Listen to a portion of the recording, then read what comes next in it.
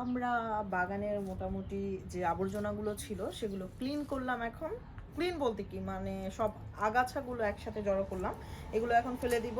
আর আমি আর আতিক হচ্ছে এখন কম্পোজ আনতে যাব, যেগুলো আসলে এই দেশের মাটি তো একদম বাজে। গত বছর যেগুলো নিয়ে এসেছিলাম ওগুলো একেবারে নষ্ট হয়ে গেছে, কারণ শীতের মধ্যে মাটির যে উর্বরতা সেগুলো হচ্ছে নষ্ট হয়ে যায়।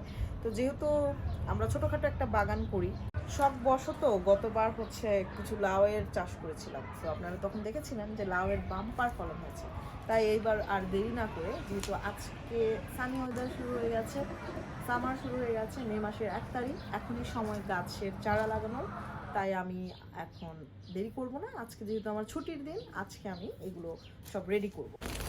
তো আমরা বাসার পাশে যে দোকানটা ছিল সেখানে চলে গেলাম, বাসা থেকে 3-4 মিনিট ওয়াকিং ডিস্টেন্স।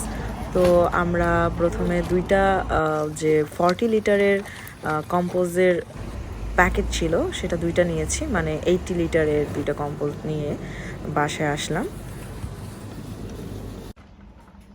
মাত্র 2 ব্যাগ নিয়ে আসছি। তো আমাদের মনে হচ্ছে যে এক সাইডেই এটা হয়ে যাবে, শুধুমাত্র যে চারাটা যেখানে লাগাবো সেই জায়গাটায় ঢালছি, পুরোটা তো পারবো না। যদি গাড়ি দিয়ে নিয়ে আসা যাইতো তাহলে হইতো।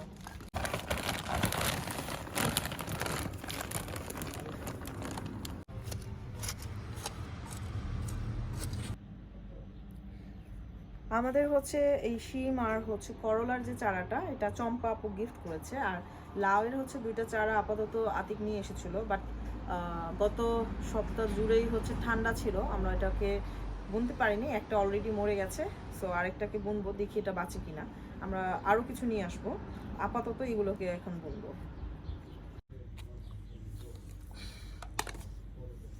এতে আসলে উপরে কি দিয়ে এরা করে সেটা সাইড করে বুনি। আজকে গ্লাভস টপস কিছুই পরলাম না, হাতের যে অবস্থা হচ্ছে। এটাকে এখন আপাতত এটা গেড়ে দেই, এটাকে এখানে এটাকে বেঁধে রাখতে হবে।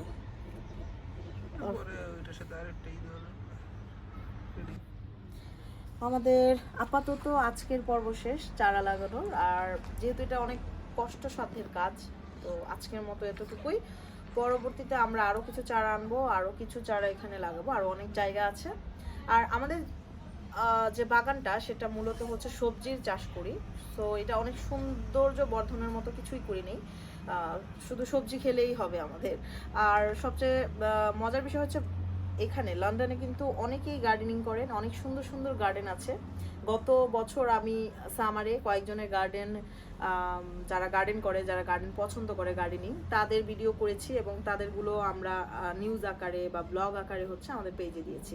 তো যারা আপনাদের সুন্দর সুন্দর গার্ডেনগুলো দেখাতে চান সবাইকে, আমাদের কমেন্ট করবেন, আমরা অবশ্যই আপনাদের গার্ডেনে যাব, ভিউ করব এবং এরপরে হচ্ছে সেখানে আপনারা কিভাবে গাছ লাগান, পরিচর্যা করেন, সব কিছু আমরা তুলে ধরবো।